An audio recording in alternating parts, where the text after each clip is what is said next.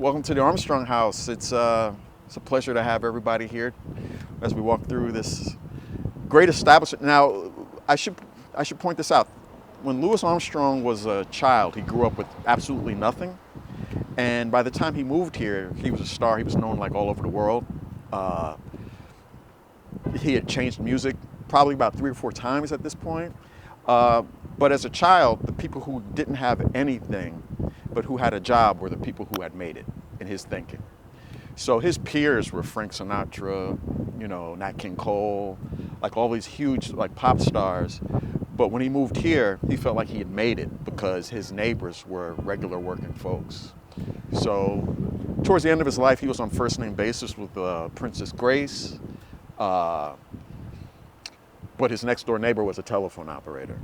So you can see just the kind of worlds that he was kind of juggling and the kind of work ethic that was kind of inherent in his whole experience.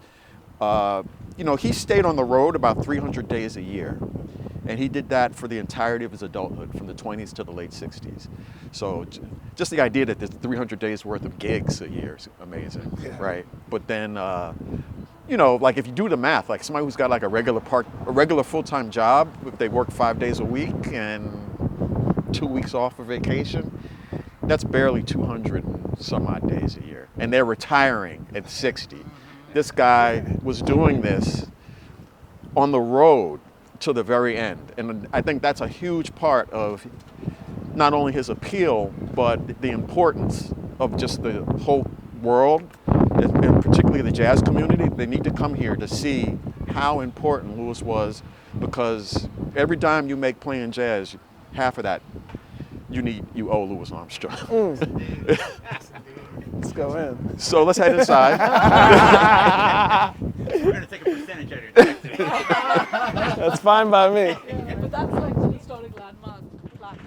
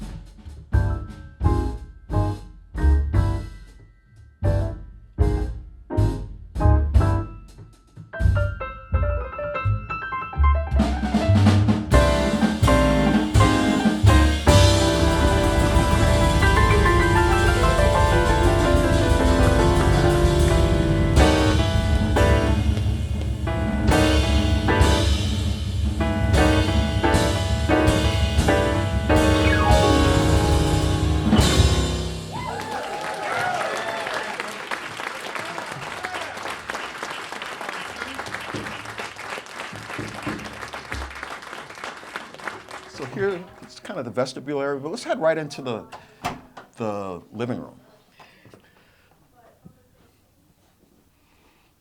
Right. So now you've played this piano before. Go ahead. My favorite. Yeah.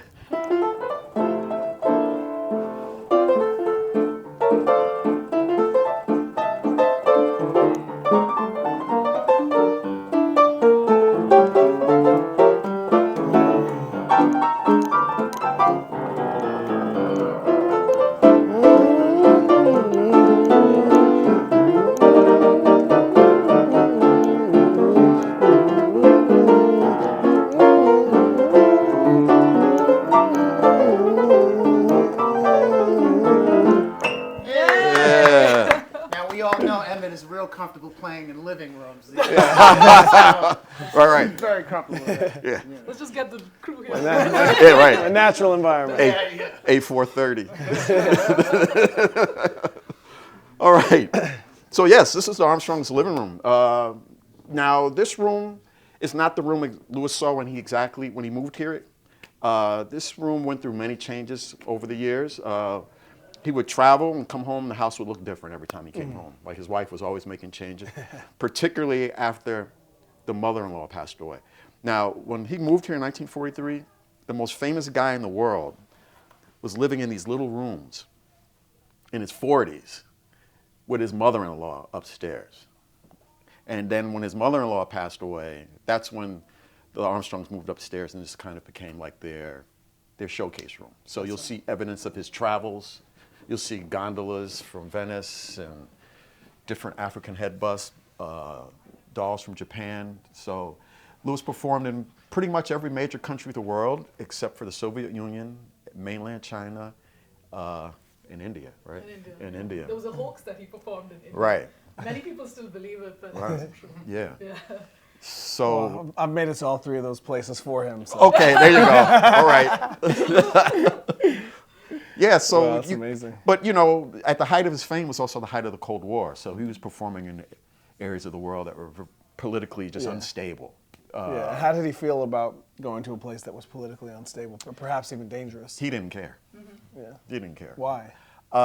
Because he was a global ambassador. This is a huge thing for me because Louis never played music just for like the initiated, you know, or he never created like a niche audience. So he took this incredible, it was beyond a gift, and he shared it with the world. And you know, his knowledge of and ability of melody. Melody wasn't just a bunch of notes that you string together and play the right notes. Like everything, I mean, I don't have to tell you guys this, but you know. And he was the epitome of that. And, you know, some of his recordings, like Ellen Lewis, these are like benchmarks. You know, there's like Ellen Lewis and then everything else. When you think about, like he owned those songs once he performed them. But he took like this great gift, he shared it with the world. Yeah, and just to add, like, not just with the world, like when he used to play in the Roxy's, for instance, he would just save the first 2 rows for kids from the neighborhood. Right. So, like, right from where he lived, he wanted his music to reach everywhere. So he was thinking about the people. Yeah, the people. Yeah. I mean, if you look around, this is a working man's house. So he saw himself as a working man. Yeah. Yeah, you know, Emmet, I've been on the road with you. We've been many places playing, and you know, when I think about Louis Armstrong, one of my favorite attributes is I think he is the epitome of an ambassador in this music. Right. And you know, we strive to be excellent players, but I think it is equally as important to be warm, caring, and connect with the people. And I've seen you do that. Has Louis had an influence on you in that way? Definitely. You know, especially nowadays, you find that musicians, if they feel something, they play the emotion of what they're feeling. But Louis Armstrong, he would feel something, and it would turn all up in his body and his mind and his brain, and it would come out as joy. And you would feel, no matter what pain and sorrow and suffering he was feeling, that it would just come out and make people around him feel better. And that, I think, it has a lot to do with the people, because that's really connecting with who's around you. You want to make people feel good, and he always made people feel good.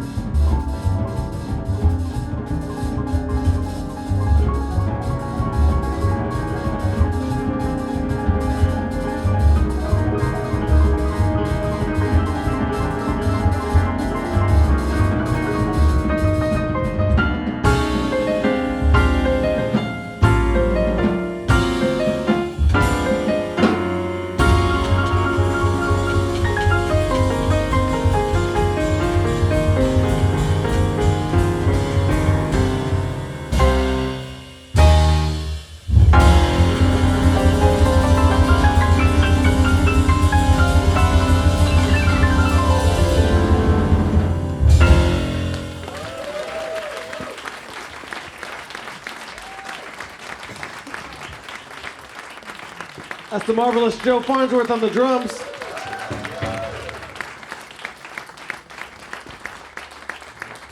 And Yasushi Nakamura on bass.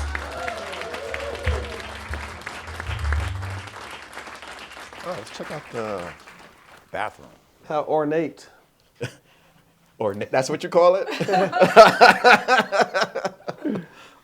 Golds. Yeah. You know, it's funny, you know, like 'cause when we stand outside and we're like, Lewis was a man of the people. And he lived with the, you know, he sent kids to college on the block. And then, you know, and he's living in this little home. And then we're like, but then there's the bathroom, you know. This room is so different than the rest of the house. Yeah. Marble floors, ceilings, mirrors everywhere. Gold, the pipes are gold plated. And show them the picture. There used to be, this was in a magazine article called How the Other Half Bathes. Oh, wow. Time magazine. Yeah. How the other half babes. Yeah, we have that bathrobe downstairs. And if you look closely, he's very ill at this point. Okay. Yeah. He's kind of holding himself up. But he got wind of this article, and he made sure that he got in there. But Steve Jordan, he said this. He said that, you know, when you're traveling all the time, the thing that you wake up in different countries every other day, he says the one thing you remember are the bathrooms. Like that's and so this really looks more like the road, like what he's used to seeing, than in somebody's house. But, you know, when you're on the road 300 days a year, the road is your home. Yeah. This was a pit stop for most of his life. And hadn't he even documented like points when the band wasn't allowed to use the restroom they were playing at? Depending on where they were. Where they were, right? Exactly. Yeah. And then he puts down in his contract that I'll only play where I'm allowed to stay. Yeah. Right. So so it's like Yeah. Yeah. And he didn't have a bathroom as a child. yeah, exactly. He didn't have, so, you know, like he's Louis Armstrong. Like he's allowed to have, you know, like we totally get it. Maybe he promised himself to have a fancy bathroom. But it really stands out in this house, like the bathroom, because you know, if somebody didn't see it in context, then it would seem over the top. But then you're just like, you know, if you have one little bit of luxury in your life, and he makes it into the bathroom, that's telling you he has like a different aspect of his life that he's really. Shut up. And the tape is rolling. But yeah, that's, you know, another thing is the entire house is wallpapered. Yeah. Everything. Inside cabinets, in drawers, yeah. I can't really shut it, but if I were to shut this door, it'd be wallpapered on the outside, like Star Trek, and inside would be mirrored. And Lucille always wanted a bigger house. She bought this as a startup home, and Louis refused to leave. You know, and so she would put down payments on bigger homes, and you know, we have one of his letters to her, and it says, "I'm staying put." He says, "I'm staying right there with the Jews and the Puerto Ricans." So no matter how the neighborhood was changing, which in Queens is like every generation, he didn't care. So a lot of this was really to placate her upward mobility, and his main concern was working. He was a workaholic, you know. Workaholics, you know, that's as long as she was happy, then he was cool. I know how that is. Yeah. You staying at Edgecombe for a while? Yeah. Stay in Harlem? It's hard to leave. Can't leave. It's hard to leave. You made some history over there. Yeah. I'm staying put.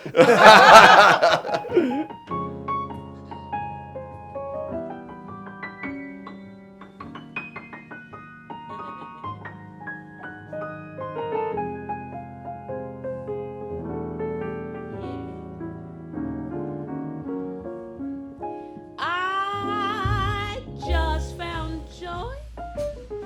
I'm as happy as a baby boy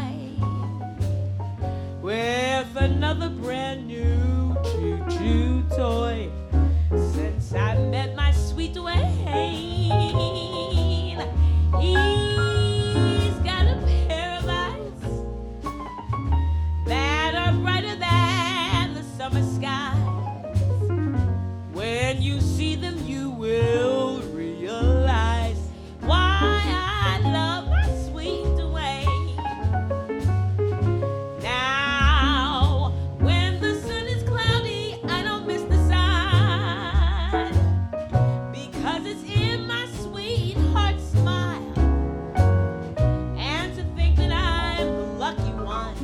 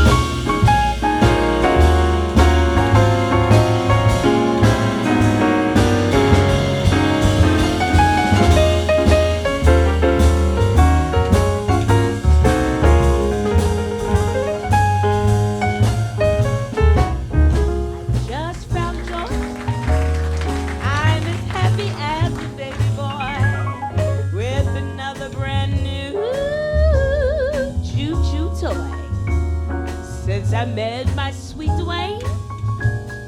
Oh, he's got a pair of eyes that are brighter than the summer skies.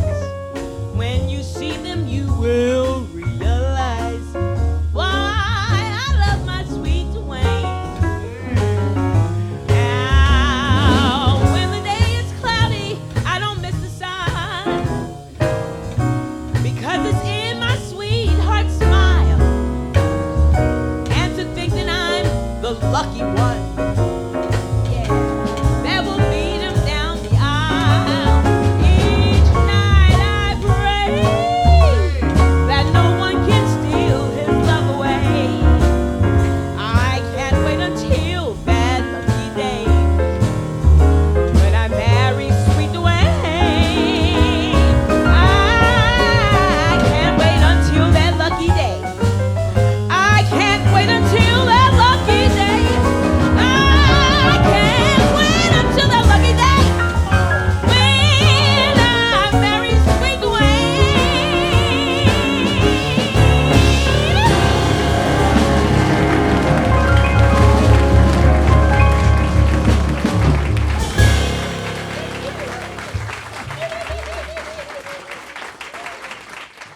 This whole room has a different thematic altogether. It has a very Southeast Asian, South Asian vibe going on. And I thought it was pretty popular back then to have this kind of aesthetics too. But I must add here that Lewis didn't get to see parts of the room the way we're seeing it today, because 1977, Lucille added those Chinese fox panels, changed the chest to match it, very patterned right there. But he did spend a lot of time, whenever he was home, he loved a home-cooked meal. Yeah. And Don't we we have all? like a really beautiful picture of Lewis having one of his favorite meals. I mean, I'm sure you know, it's red beans and rice. That's right. Right there. And I must add here that Lewis, we do have recordings of Lewis speaking to his friends and families about what's going on in society. So I always like to honor the dining room in the sense of Lewis's contribution also to the civil rights movement. And especially in 1957, during the Little Rock incident in Arkansas, he really was vocal about it. He wrote to the president. He even gave a TV report a newspaper article report saying that the country can go to hell if it's not going to abide by its constitution. Yeah. So Lewis was concerned about what was going on in society too, and I like to honor that in the dining room. But that said, a few things just that also piques people's interest is this painting right here. It's a Chinese painting, very typical of the kind of fading out landscape, which gives it that ethereal look, right? But what translates in the text is, paradise on earth, and it's a really beautiful. Roughly, I think it translates to why look up for angels when paradise is on earth. I got you. We had one of people tell us that, and it's really beautiful, a painting of dancers and musicians that kind of encapsulates the house. But yeah, I think this dining room for me is really about those stories, and I always wonder what conversations would have happened here. Yeah.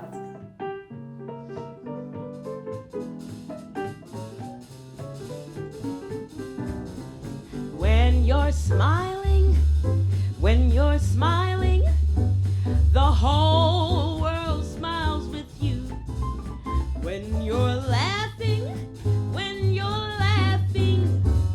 the sun comes shining through. But when you're frowning, it brings out the rain. So stop your frowning. Be happy again when you're smiling.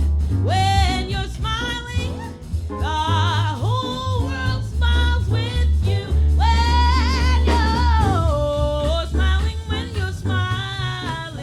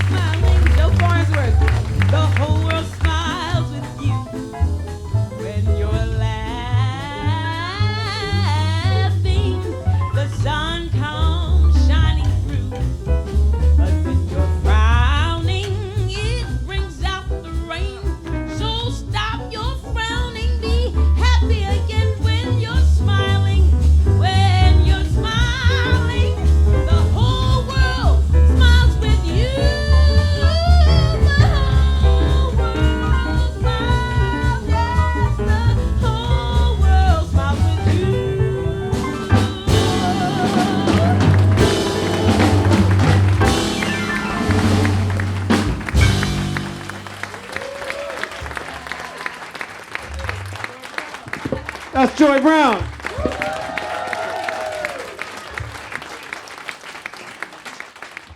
So the kitchen, some people come to this house just to see this kitchen. Yeah. Yeah.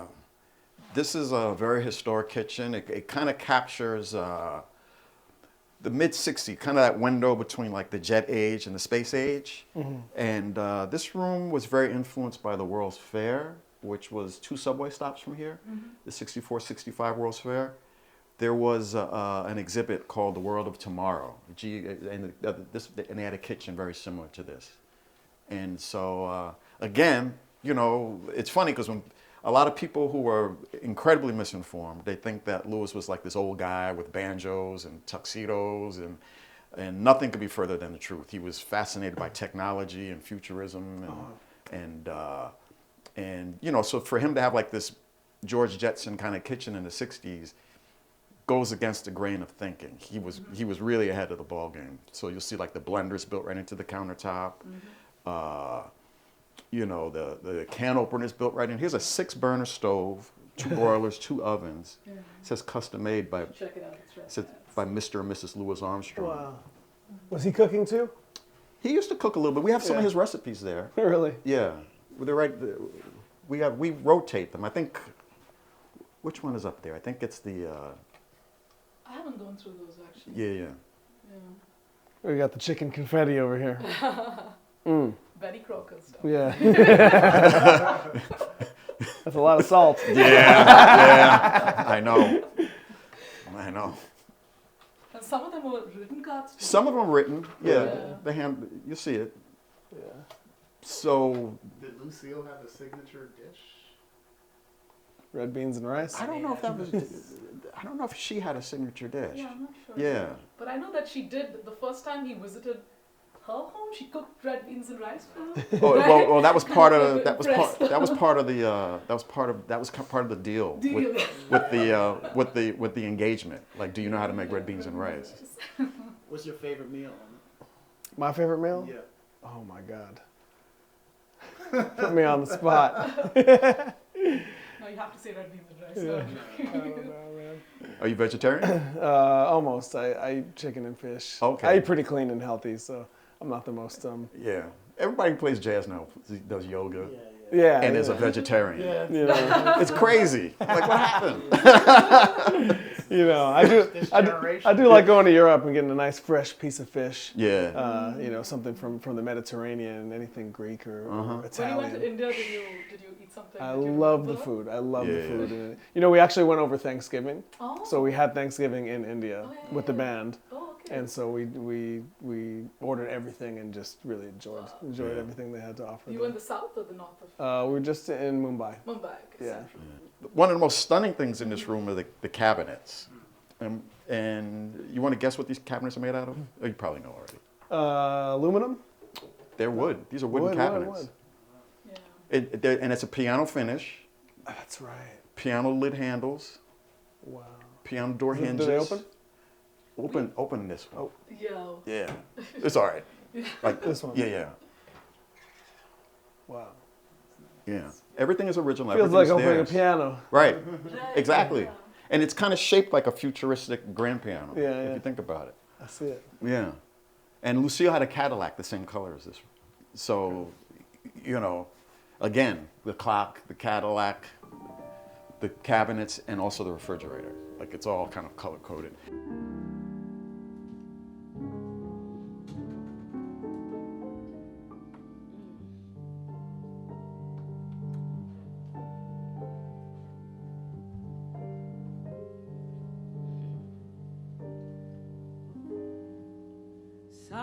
Summer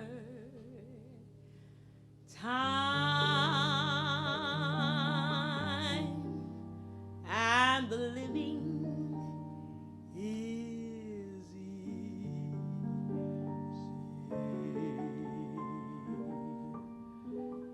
Fish are jumping and the cotton is high.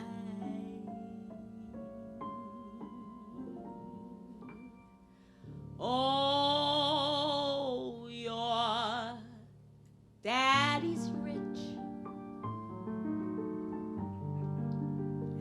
your ma is good looking.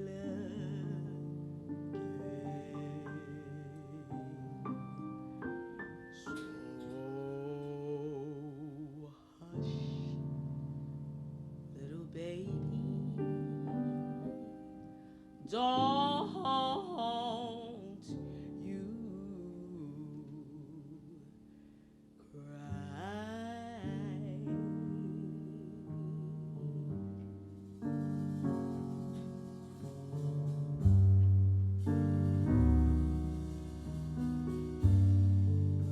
one of these mornings,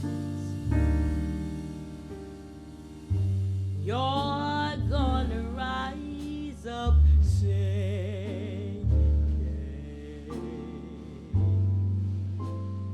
Then you'll spread your wings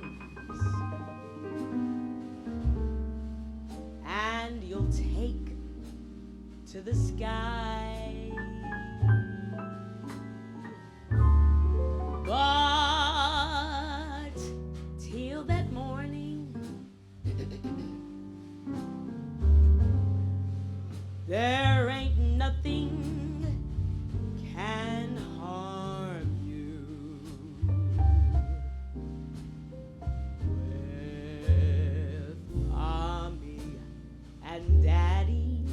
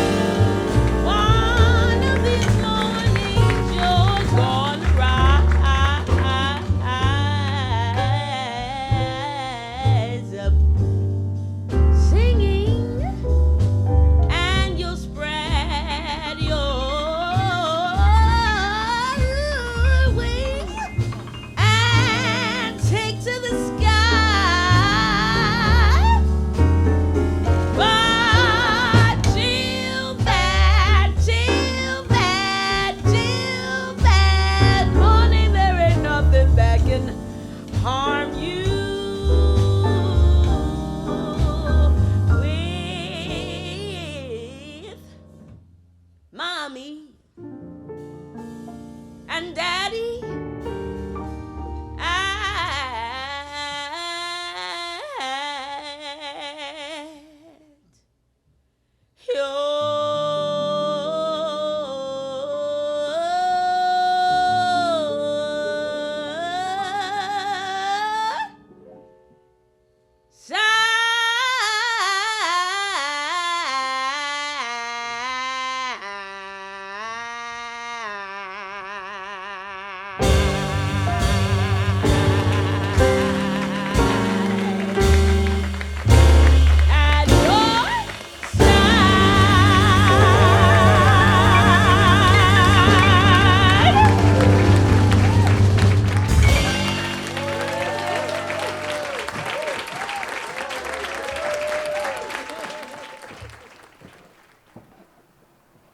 Alrighty, so like Sharani was saying, like the second floor, this is a little more personal. You want your guests to see your fancy kitchen and bathroom, but now this is kind of like the Armstrongs' personal space.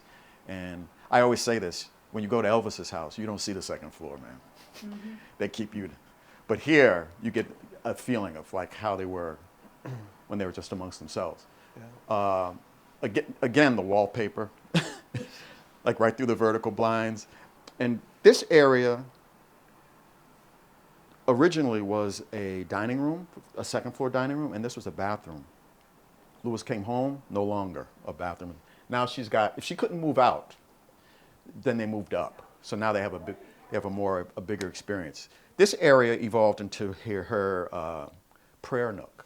She was a Catholic, and her church is right around the corner, Our Lady of Sorrows. Mm-hmm. I should also point out right around the corner was Dizzy Gillespie used to live right around the corner. Yeah. And Dizzy's wife went to the same church. Dizzy and Louis used to play cards in the basement. Yeah, wow. Yeah, they used to play cards. Lucille, according to Selma, Lucille didn't let Dizzy into the den. She said the two of them together made way too much noise, you know. And so like these two legends, you know, these people who have changed the world. Like they're stuck in the basement playing poker or something like that. You know, it's pretty insane. You know, another thing too is the relationship between Dizzy and Louis was profound. It started off earlier in Dizzy's career, you know, because Dizzy was he was a go-getter, and creating a career in jazz in the 40s was not the way it was of creating a career in the 20s, and so Louis and Dizzy were kind of like at ideological, like, you know, there was a big gulf between them, mm-hmm. And so they had kind of like a professional rivalry, and that went on for some years, and it was generational. And I feel like that was jazz's first real generational battle, and that happens every generation. Yeah, that's one of my favorite videos that's on YouTube is of them playing Umbrella Man. Exactly. Oh, yeah. Exactly. But I'm always trying to get Bruce to play it and sing it, and Bruce said, "I'm not singing. I did it once. You know, you're doing it today. You're doing it today. You do have it in the Emmet Cohen. You played it nice. That's actually my favorite of all the videos. Yeah. Yes. You know, we're in the bedroom and there's a bed, so immediately you think about rest. And we go back to those clips of Lucille making this house happen without him really knowing it. And I think a lot of that is when you're a musician and you are dedicated to this lifestyle. You're on the road, you're spreading joy, you're making music. We don't think about rest. Yeah. No. Where are you in terms of that place of your life? Is it time to rest a little bit? Or? Well, I think I know because everyone comes to me and says, "When do you rest? Right. You know, when do you take a week off? When do you take a month off?" and when you're on a mission to bring the music to places and also to connect with other musicians, which I think is something that Louis Armstrong did really well. You know, the bonds that he created. One of my favorite piano players is Earl Hines. When you think about the relationship they have, you know, it reminds me of the relationship I have with you. Where, you know, we have a gig, we drop everything to do the gig. You know, you're always like that, I'm always like that. And it's because the music is important and it feeds us. And you know, it's important to take rest as well, but oftentimes, especially when things are planned far in advance, you know, okay, you've got this gig in 6 months from now. It's hard to imagine yourself resting in 6 months from now. Yeah. You say, no, I'm going to want to be doing that. Right. So, you know, you have to. How old was he when he moved in here? He was 42. 42, 43, yeah. Yeah. Yeah. See, I'm 44. And you just moved to I'm ready Queens. for- yeah. Right. Yeah. You got a few more.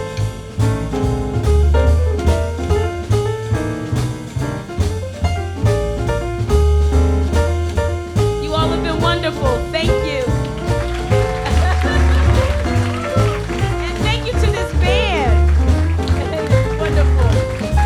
Well, I got a guy who lives up on the hill.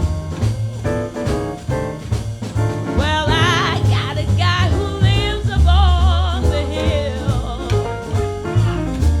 I know he mistreats me, but Lord, I love him still.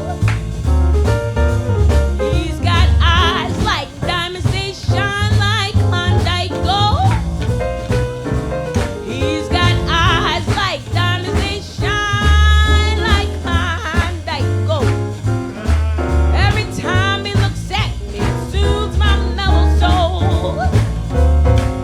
Well, you so beautiful, but you gotta die someday. Well, you so beautiful, but you gotta die someday. Come over, let me love you before you pass away. Oh, bye, baby, bye. Bye, baby, bye. Oh, bye, bye, baby, bye.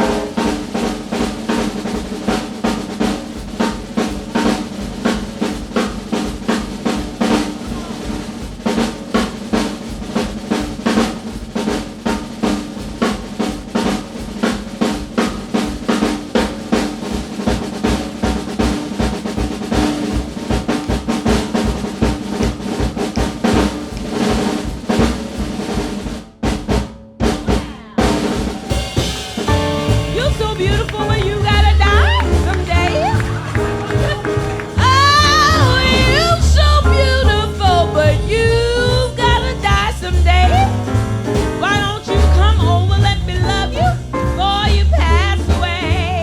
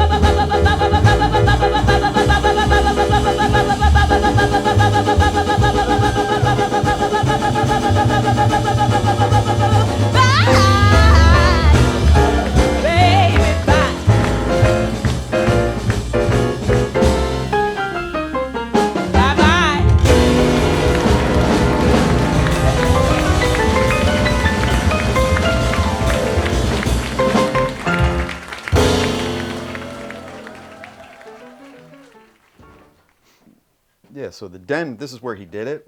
This is really the beginning of his archives. Here's another first. He was the first jazz musician to publish an autobiography. Wow. It was, some of it was written here. He did all of his recording here. He did all of his entertaining here. He kind of got like a visual arts bug, and he would make murals and artwork on this wall. Wow.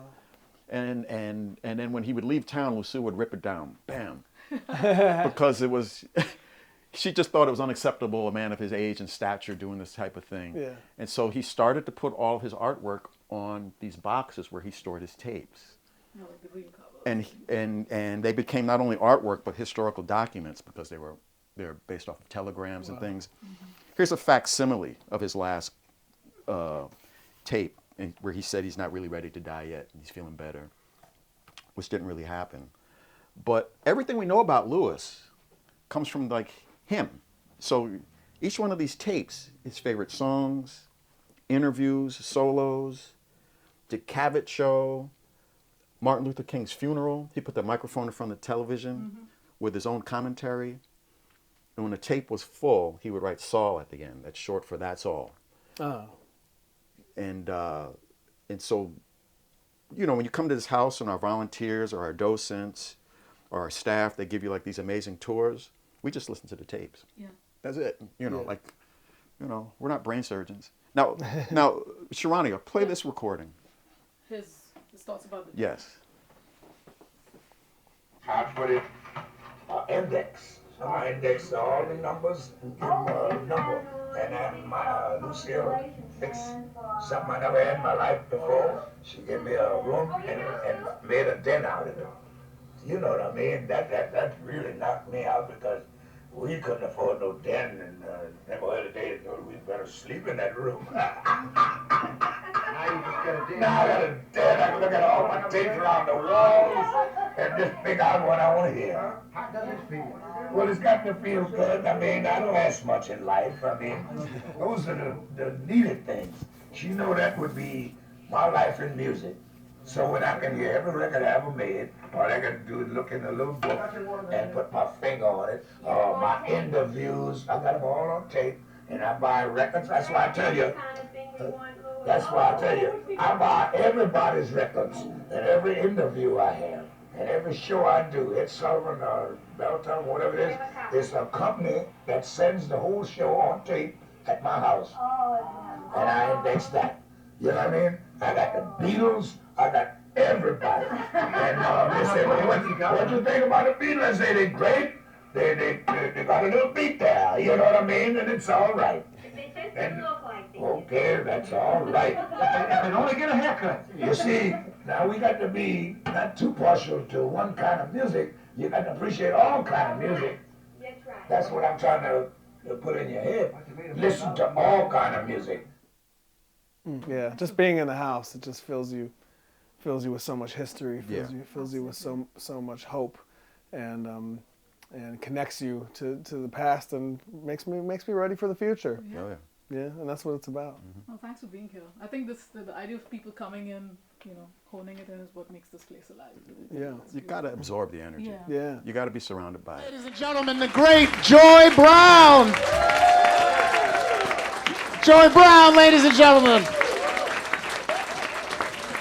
The incredible Yasushi Nakamura on the bass. Yasushi Nakamura. The incomparable Joe Farnsworth on the drums. Joe Farnsworth. And the amazing, the legendary Emmet Cohen. Emmet Cohen on the piano.